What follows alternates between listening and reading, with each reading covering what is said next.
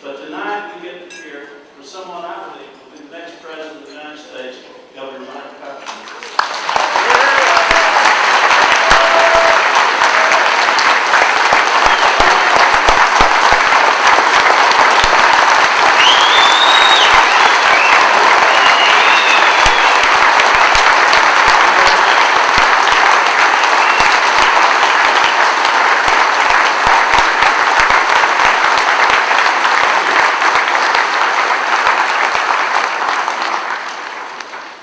Don't get carried away. I've heard this speech and it's not that good. But you are. This is an amazing event. I want to say thanks to Congressman Taylor, his family, many friends he has. He obviously has more friends than me. I think the only way I could get this many people to show up for a dinner that I was putting together is that they thought it was a farewell dinner.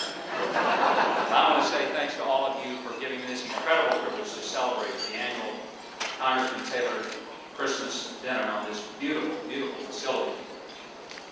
And I am reminded tonight that I am the one thing between you and your dinner.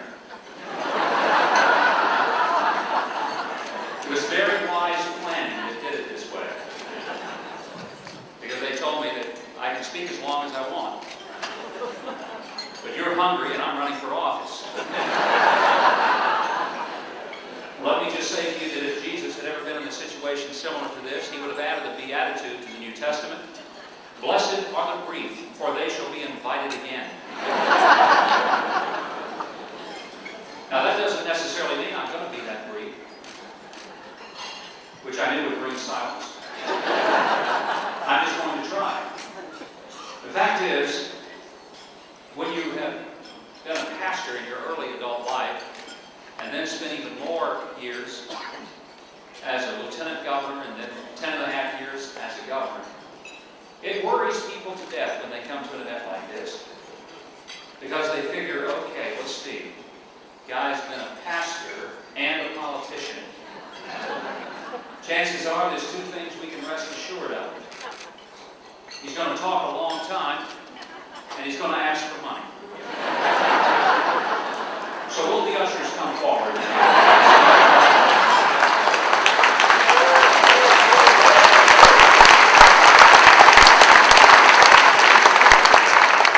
A lady came up to me in Arkansas during my first campaign. She says, "Is it true that you're a minister?" I said, "Yes, ma'am, that's right." She says, "And a Baptist?" And I said, "Yes, ma'am." And she had this look of horror on her face. And she said, "Well, are you one of those narrow-minded Baptists who think only Baptists go to heaven?" I says, "No, ma'am, actually, I'm more narrow than that. I don't think all the Baptists are going to make it."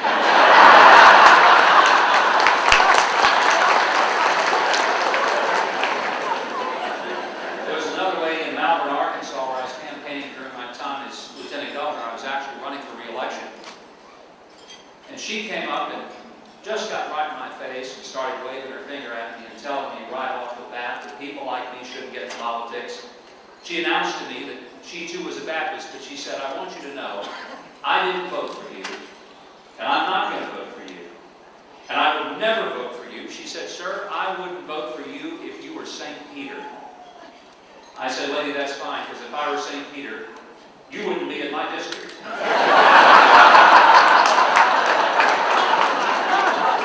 I know some of you think that's probably unkind, but I'd already marked her down as an undecided voter anyway. When I was elected lieutenant governor, it was quite an experience because I was only the 4th Republican elected to a statewide office in 150 years in my my state. And they were so excited to see me down at the state capitol that when I got there, my door was nailed shut from the inside. I'm not making this up. It literally was nailed shut.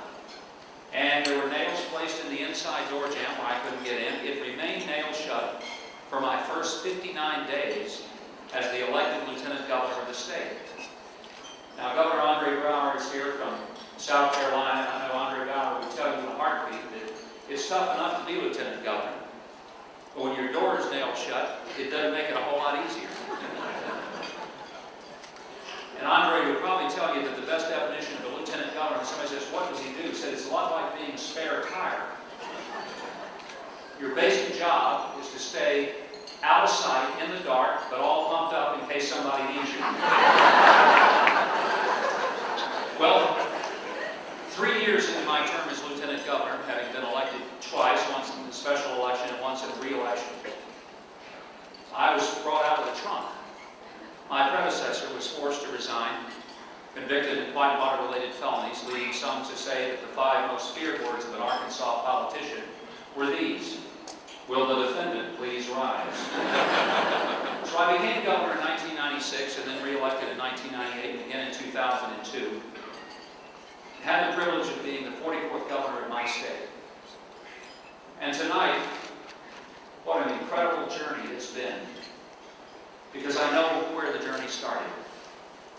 And for me, the journey started in a little town that you've probably heard of, Hope, Arkansas. I heard the groans. It's not easy being a politician from Hope. I was on an airplane a few months ago and seated beside a guy. He didn't recognize me, and so as we were flying along, he turns to me and he said, excuse me, I got a joke I want to tell you. It's about this politician from Hope, Arkansas. I said, now, sir, hold on just a minute. I said, before you embarrass yourself, I need to let you know something. Sir, I am a politician from Hope, Arkansas. He said, oh, that's all right, son. I'll tell it real slow.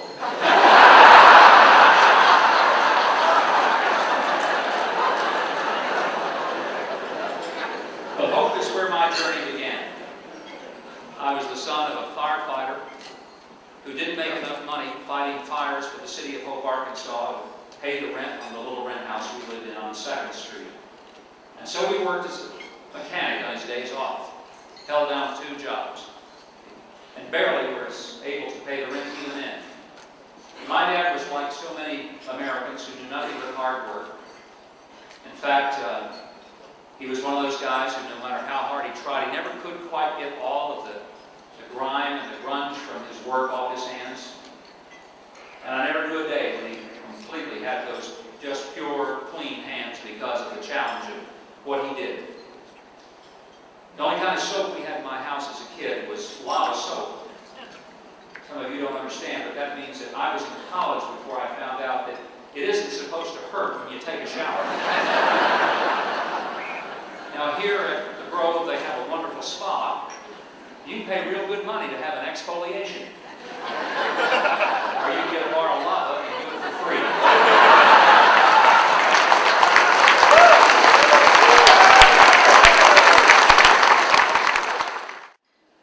On my mother's side of the family, we were one generation away from dirt floors and outdoor toilets.